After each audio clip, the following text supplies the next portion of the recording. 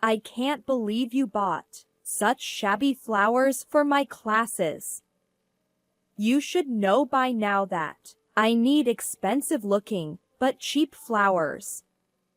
You are still useless after all these years. My mother-in-law slammed the flowers onto the floor. By the way, thanks to your useless help, the student numbers in my school are declining. I want you to make flyers and recruit more students. Don't even think about coming home until you have at least 30 new students. She always took it out on me no matter what the problem was. It was always my fault. I just smiled and said, "Okay, I understand." Then, I never returned to her school. My name is Lucy. I am a housewife in my 50s. My only son has graduated college, found a job, and lives by himself. I got married at the age of 20. It was an arranged marriage. My husband, Jerry, is a common office worker. He has not made any remarkable achievements on the job, but thanks to his company's seniority system, he earns enough money to support a family of 2. I used to have a part-time job at a supermarket to help pay tuition for my son's college, but I don't do that anymore. My mother-in-law, Hazel, runs a flower arrangement school. I was a perfect free laborer for her. Not only does she use me for free, but if there is any problem, she blames it on me. Once my son was grown and moved away, Hazel became even harsher to me. I had to get up very early every morning to do everything she expected of me. I got up before sunrise to prepare breakfast for my husband. After that, I drove a van to a market to buy flowers for Hazel's flower arrangement school. I wish that I could just buy them at a flower shop nearby, but Hazel ordered me to drive to a bigger market to save money. She gave me very little money to buy the flowers, but she demanded quality, variety, and many other specifics. So, I tried hard to negotiate prices at the market and always looked to see if they had any excess or leftovers. As soon as I purchased the flowers, I treated them so they would stay fresh longer. I rushed to my home after that so I could serve breakfast to my husband. Immediately after finishing the house chores, I would bring the newly bought flowers to Hazel's school. Then I would clean the classroom before the students arrived. Next, I would drive to pick up my mother-in-law and bring her to the school. She lives in a mother-in-law unit on the same property as our house. We used to all live together in the mother-in-law unit, and Jerry's grandparents lived in the big house. After my husband's grandparents passed away, Jerry and I moved into their house and Hazel stayed in the mother-in-law unit. While Hazel was getting ready to leave her house in the morning, I would do all her house chores, watering plants, washing dishes, laundry, etc. Even after her class started, I was not allowed to go home. I had to do all the miscellaneous tasks related to running the flower arrangement school. Sometimes, her school would let out in the morning. Those were my lucky days. When there were more than 2 classes per day, it felt like hell. She often skipped lunch when she didn't want it. Then, I had to skip my lunch also. After the classes were over, I would drive her home. But my day did not end there yet. She usually made me stay till midnight to listen to her complaints. She once taught flower arrangement classes at her house, but now, she rents out a room at the community center for that. Even after Hazel would finally let me go, my husband was waiting at home, fuming. Jerry got angry when I wasn't home. He wanted me waiting for him at home, ready to serve him. "How could you come home later than the man of the house?" was his frequent question. "It's not my mom's fault. It's your fault since you are so slow at doing everything," would be his frequent answer to his own question. "Where's my dinner? Is my bath ready?" "Bring me tea" were also frequently spoken by him. We had a nice jacuzzi tub in our bathroom for him. It was all automated, just press a button. It had advanced temperature control settings, but he wouldn't even press a button to start a jacuzzi, not even once. At dinner time, I sometimes asked him to bring his dishes to the kitchen sink after he was done, but he never would because he said he was either too tired or too busy to do so. He would just leave everything on the table. Moreover, he never put his dirty clothes in a laundry basket. His clothes were just scattered on the floor. I had to pick them up every day and do laundry after I took a bath. I used a clothes dryer, since I was never home during the day, to dry laundry outside. I had asked my husband to bring laundry in from outside, but my mother-in-law got very upset at me for asking her son to do housework. But an angry Hazel was better than a sly, sneaky one. If I ever talked back to her, she would use a spare key for my house that she made without my permission to steal my personal belongings so she could sell or break them. She enjoyed harassing me. She didn't think I noticed what she had been doing, but I did. I didn't have too many personal items since I got married so young. My husband, Jerry, believed a wife should stay home and wait for her man. He thought I didn't need anything nice, no fancy outfits or cosmetics. He had never gifted me a single piece of jewelry in our married life. My parents, on the other hand, sent me birthday presents every year. Those items from my parents were precious to me, so I noticed immediately if my mother-in-law took it away or broke it. My mother-in-law believed the world revolved around her. She believed that her flower arrangement skills were world-class, but in my opinion, her skills were adequate at best. Her flower arrangement style was gaudy and flashy. She destroyed her flower's grace and beauty by cramming as many flowers and colors as possible into each arrangement. She also didn't know the very basics of handling fresh flowers. She would throw away any leftover flowers at the end of the day. There were many flowers that were still buds, but she tossed them all out regardless of their condition. "We buy new ones tomorrow," she would say. That always made me sad. Those flowers were not grown to be thrown into a trash can by my mother-in-law.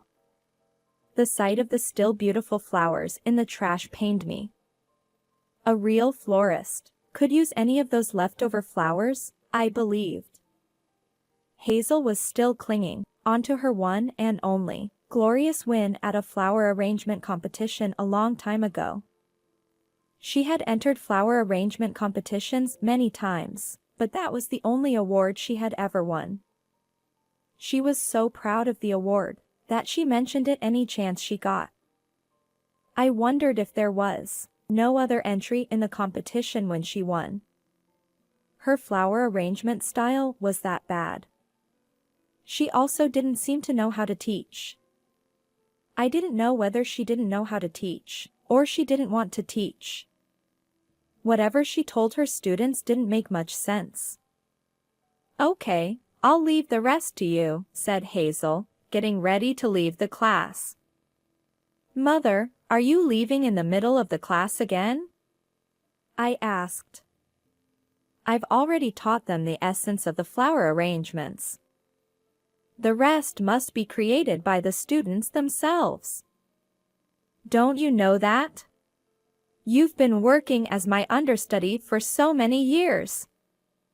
You are such a slow learner for just about everything." Hazel would leave her own class after giving an assignment to her students.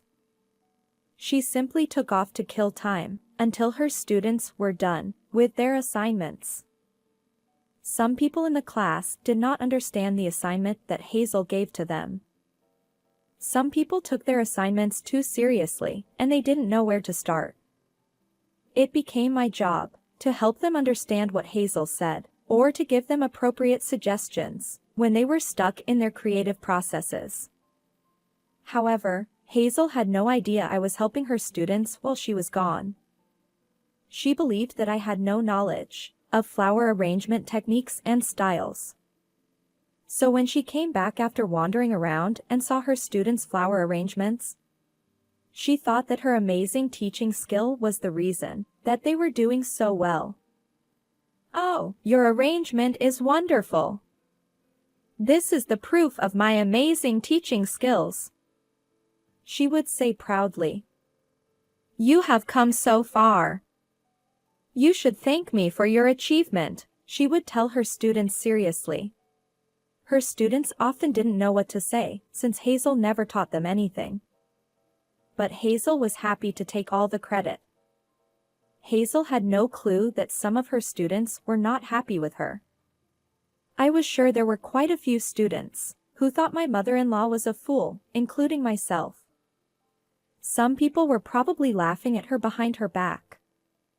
Despite my very busy schedule, I still found time to do the thing I loved. I had started doing this before I got married. It gave me peace and serenity in my hectic life, and let me forget all the things related to Hazel. It was dear to me. My mother-in-law's flower arrangement school was divided into 3 levels: beginner, intermediate, and advanced, consisting of 12 lessons each. Most students started at the beginner level and advanced up and then graduated, so she always had to find new students to enroll. Otherwise, there would be no students left after the existing students graduate. Her school used to be more popular. She taught 3 or 4 classes a day, and even offered evening classes. But the number of students later decreased drastically. Most days, there were no potential students inquiring about the classes. "Lucy, it's your fault that we are not gaining new students lately. Look at those shabby, cheap-looking flowers you bought. Nobody wants to do flower arrangements with such dingy flowers. How long have you been buying flowers at the flower market? You should have built good connections at the market to buy better flowers at discount prices by now. You are so useless. Do you have anything you live for?" Hazel asked accusingly. "I am sorry, Mother," I said. "If you have time to apologize, then you have time to recruit more students for my school. Make flyers to give out at the train station. Shoo, shoo, get to work." "Do we have flyers, Mother?" I asked. "You are so dumb. You make flyers with the computer. You are younger than I am, so it should be as easy as pie. I'll give you 5 minutes to type, 10 minutes to print them out. Don't even think about coming home until you recruit 30 new students to my school." I had no choice but to obey the order. I found a free online template to fill in and printed out the flyers, but I went over the time limit she had specified. She shooed me out before I finished printing out what I needed. Go get new students. I don't want to look at your gloomy face. I told you, I need 30 new students.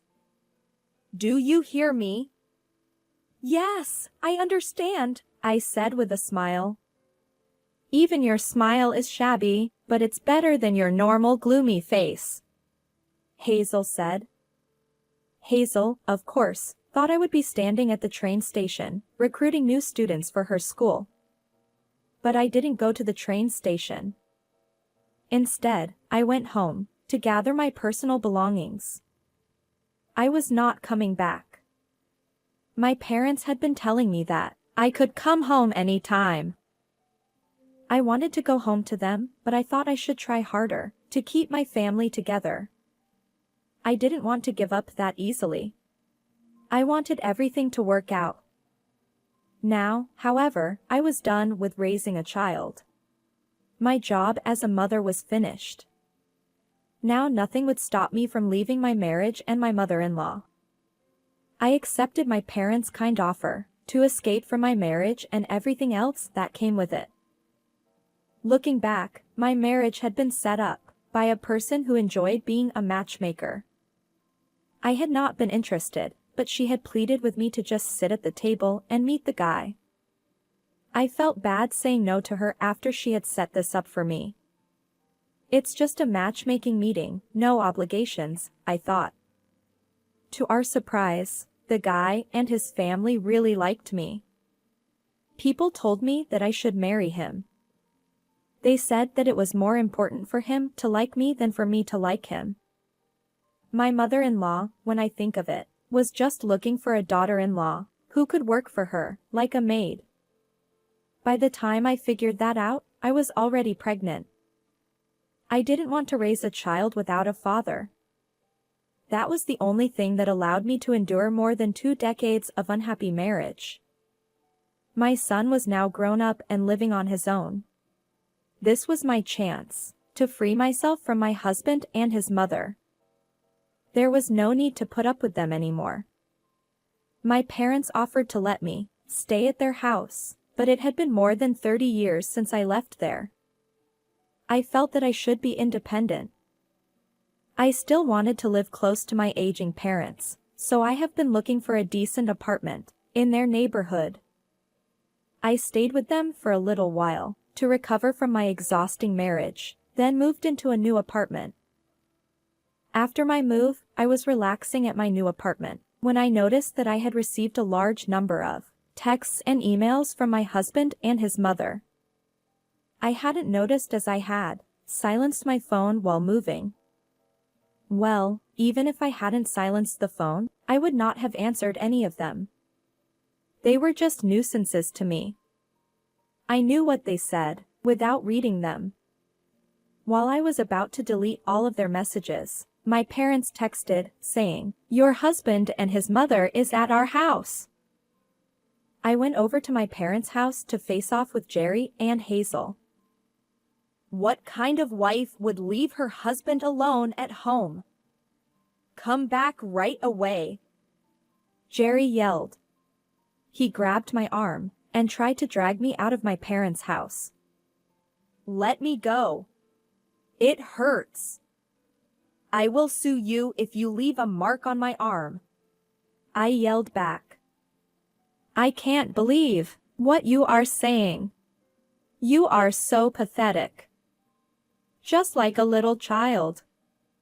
You need someone who can teach you how to behave like a wife, Hazel said.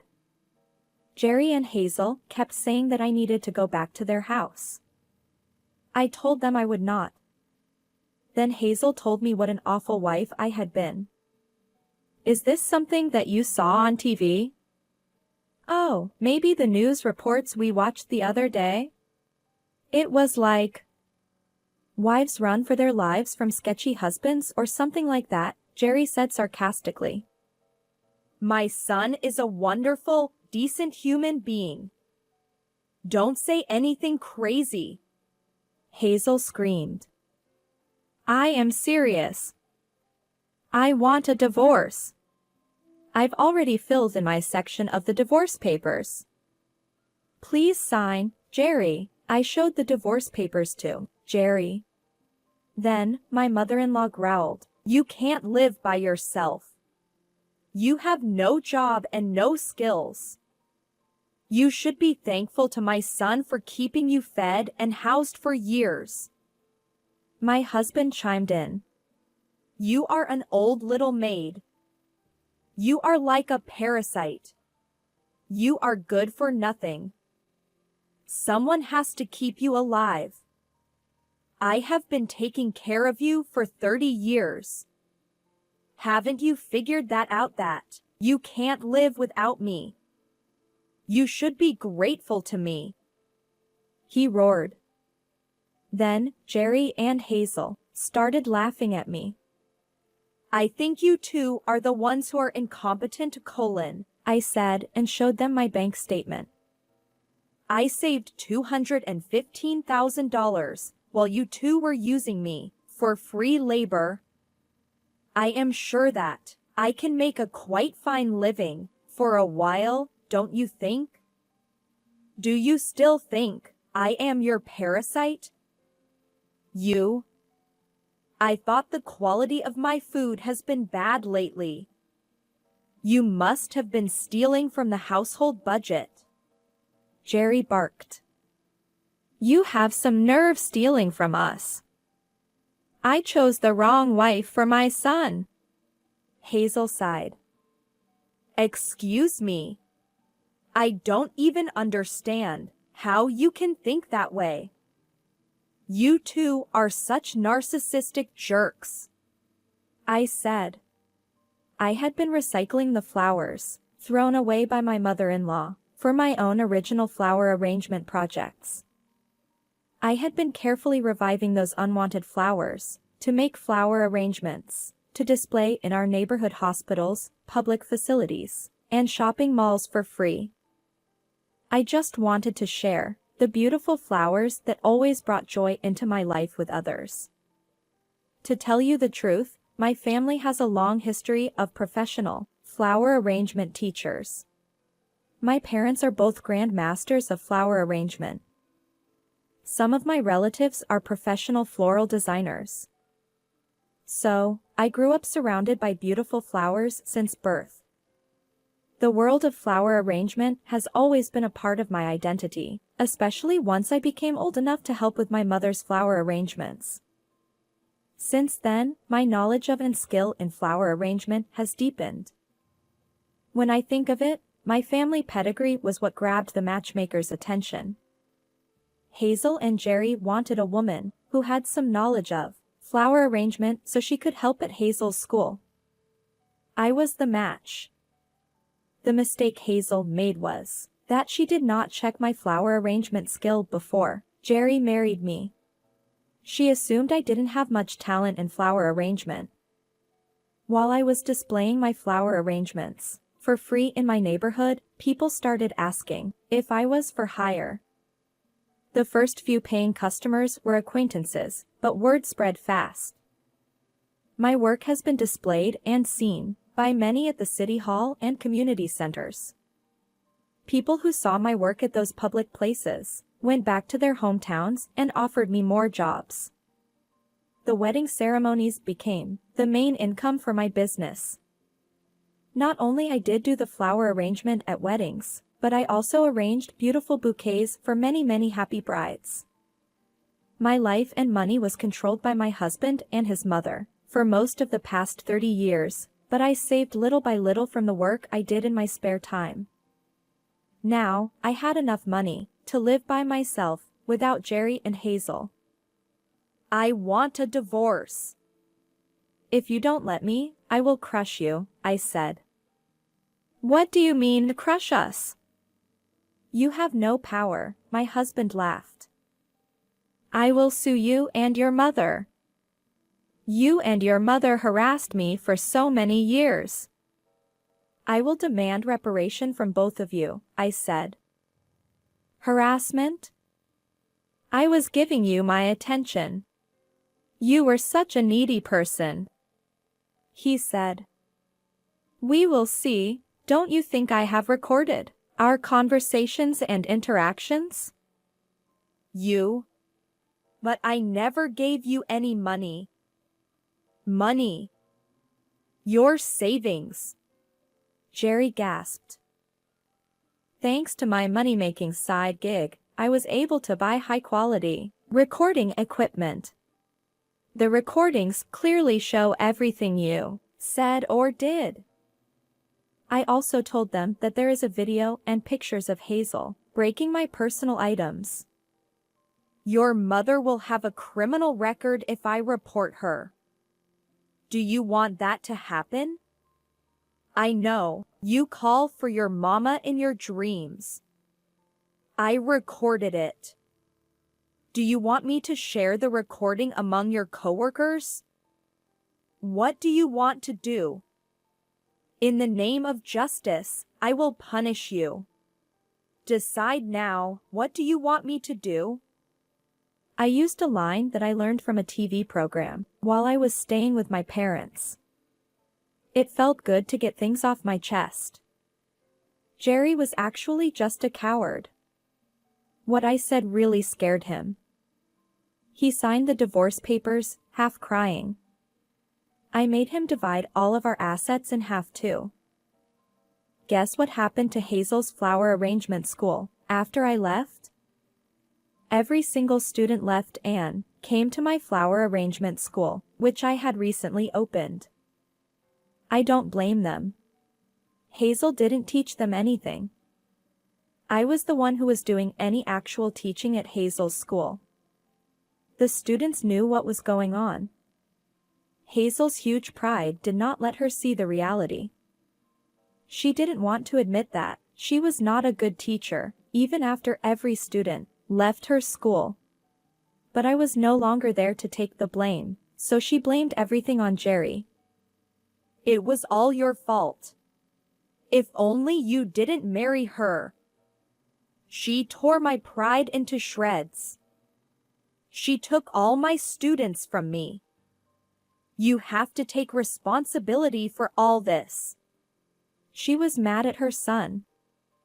What? You were the one who wanted her to be my wife, you old hag. Just shut up. My coworkers are laughing at me, saying my wife ran away. The family feud between Jerry and Hazel lasted for days. Since neither of those two ever did housework, it didn't take long for their houses to turn into huge dumps. I heard all that through the grapevine. My new flower arrangement school is doing very well. It happened to appear on a TV program that was featuring my neighborhood. After the exposure, my school was often featured in magazines and TV programs. My school always welcomes everyone. I am so happy now, surrounded by beautiful flowers and wonderful people, and, of course, I make a great living from it.